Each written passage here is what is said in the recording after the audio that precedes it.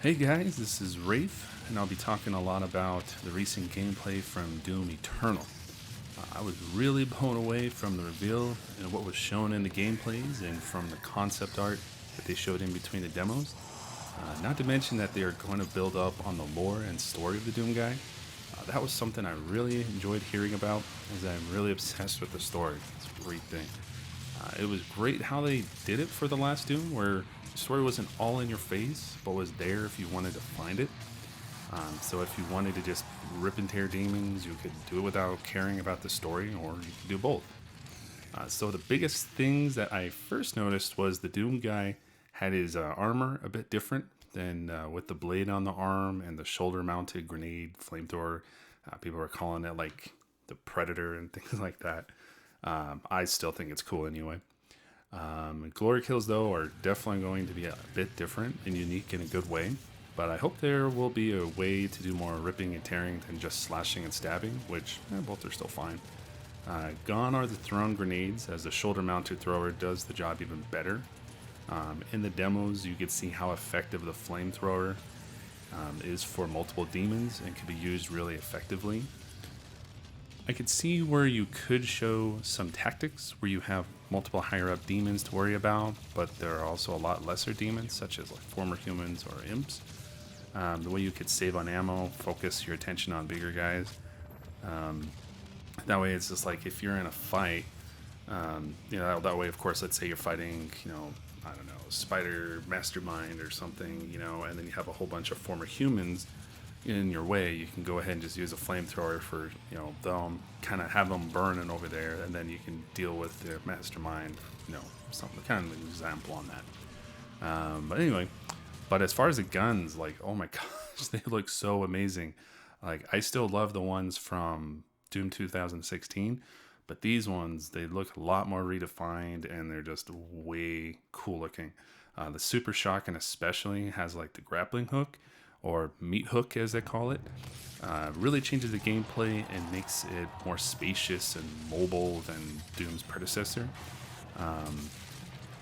I'm really going to use that a lot, just because I like to make space and to close the gap on straggling demons. That way it's not that makes the playthrough a little more seamless. It's nice to know that mods are back and that the Super Shotgun has not only a mod finally, but an actual game changer. And the last one, it just, you could upgrade it and everything, but it didn't actually have a mod or an attachment or anything like that. Obviously, it's probably not much you can do to a double barrel shotgun, but here they made it really cool.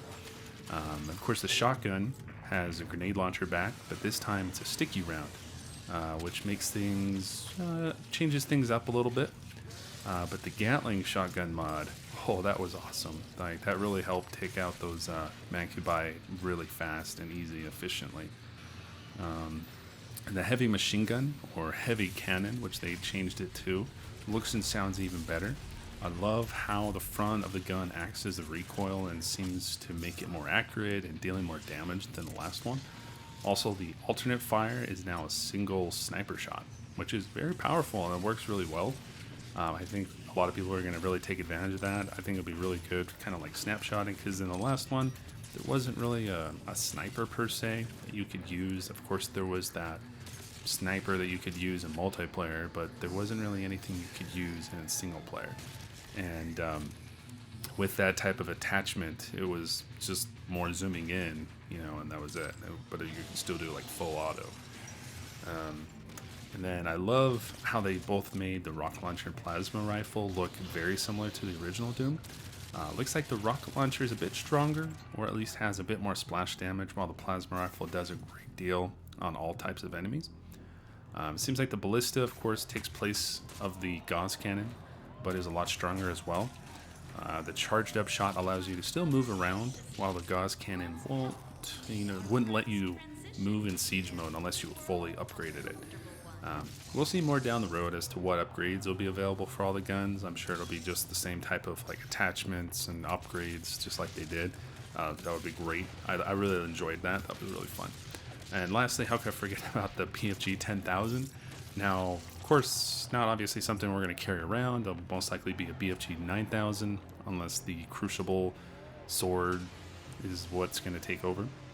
At first thought it was a joke, but yeah, once you see it in action, it was a real thing. So I wonder what it was shooting at though, because I don't know. I saw somewhere online that either it was shooting at a big demon or a monster or something, but at the same time, it doesn't really make sense because they're all the demons and everything, especially the Archvile, were inside of the, well, at least around it and everything, and the Archvile came out of like that big door at the very end. And so I'm thinking they're shooting at the USA fleet. That would make sense as far as that goes, to kind of destroy them or whatnot. I could be completely wrong, but that's kind of what I think it is. And there was another thing I wanted to point out. There was in the demo, there was like this extra life that you could get. Now, some people have been saying that it might involve something with invasion, which would make sense because in this gameplay right here, you can see that they're up in the top left corner when the two are invading. You can see the life kind of saying last life. So it's maybe showing that this is your last life, or you only have one life against those two that are invading. It could even be that possibly in the campaign it's a little bit different. Maybe it's kind of like that rune that you can get in the Doom 2016 where you have like, I think it's called Last Chance or something like that, and where you would die but then come back. That was really handy to use, especially if you're playing like Nightmare or above. The demons were changed up a bit as well. The zombies look, well, a bit more zombie-like, as well as the former humans, aka possessed soldiers, looking more like the original ones. There were a form of zombies that had plasma guns attached to their right arm, just like the former humans, like the skinny tall ones. So at least there are a few different forms of zombies and former humans.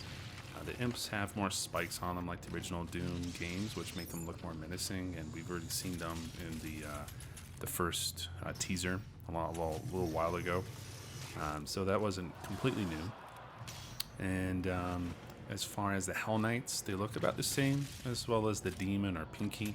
Didn't really see anything hugely new on them or anything. The Arachnotron was cool to see, as we never really saw them in the last Doom game. Of course, it was just the Spider Mastermind, and so it was really good to see kind of like a new version of it and like more modern graphics and everything like that. And so that was really cool to see how they look now. And as far as the Baron of Hell, looks way different, although this one was probably a different version. Probably more of like of course, a fire, like impish type of one. I guess it would kind of make sense considering, the Archvile and the Baron of Hell were in that same level. So maybe it has something to do with each other. Who knows? It's probably just a Baron that's a little bit more deeper in hell than the other one. The Mancubus, which was really cool to see, as they were more comparable to the Doom 2 Mancubus or Mancubi. And the last one I didn't really like too much. It was really kind of cartoonish. At least the Cyber Mancubus was cool to see because that was a little bit different. But as far as the regular Mancubus, I didn't really like too much. So I'm glad they're kind of going this way with it to make him just a little bit more evil and just fun to kind of take out, because he's just a big old fat guy with guns. So there were also those flying demons, which were definitely new to see. First, when I saw them, I thought of the gargoyles from Heretic, and I'm sure a lot of people probably thought about that as well. Maybe they're, since they're making a multiverse, maybe they're, kind of putting it into Doom. I don't know. They could have just been a simple type of flying demon, maybe a form of an imp that flies, or a harpy of some sort. We don't know. And of course, there is the Pain Elemental. Oh my gosh, that was like my favorite demon in the reveal. It looks so crazy with all the mandibles, and still shoots out the lost souls out of its mouth. With the new meat hook attaching to him, and the Kaku demon will definitely help traverse the arena with ease, as we saw in the second part of the reveal. Definitely, yeah, when he was playing on like the keyboard and mouse, he was moving really quick. Alright, and then as far as moving on to other things, the concept art, one cool thing that I saw was the progressive damage. So that kind of showed how some demons are able to take damage rather than, when they actually die is where they kind of splatter or tear into pieces. But now we actually get to see that happen over time as you're hitting them. And so that way you can kind of use that to your advantage to, if you're attacking, let's say, a Baron of Hell, like in the demo where pieces were flying off, then you can kind of know, okay, he's almost dead, rather than having to use like a BFG shot or something else that's kind of, more spendy on ammo. And so other things I saw that were really cool were the other parts of Hell. So of course, it's not a Doom game without going to Hell, so we're definitely going to see other parts of Hell. There was a cool part of like this really open environment that had a lot of buildings and everything. I'm sure that's Hell, considering at the very kind of at the end, you can see in the distance there's an orange moon, sun type of thing. And if you play the Doom 2016, you can see that exact same moon when you're playing in the Hell levels. So I'm thinking that's just another part of Hell. Maybe it's another dimension that was consumed by Hell. Maybe another part of Argent Denure. We don't know. But it would be cool to definitely explore that. And then, of course, there was the other concept art that showed something which a lot of people are saying looks like heaven. Now, I'm not entirely sure that would be heaven, as I think Doom is just like, they're just trying to not really stay too much there, but maybe that might be something to deal with the Seraphim. We don't know. But it would definitely be something I would like to look more into. Even if it is heaven, that's definitely an interesting version of heaven. So, alright, so as far as that goes, that's my video for today. Tried to cover as much as I could with the video and the reveals and everything. Definitely was a lot of things in there. Let me know if I missed anything. You can leave a comment below. Don't forget to hit the like button and to subscribe. I'm new at this, so I'm trying to get more content out there for us. And don't forget to rip and tear.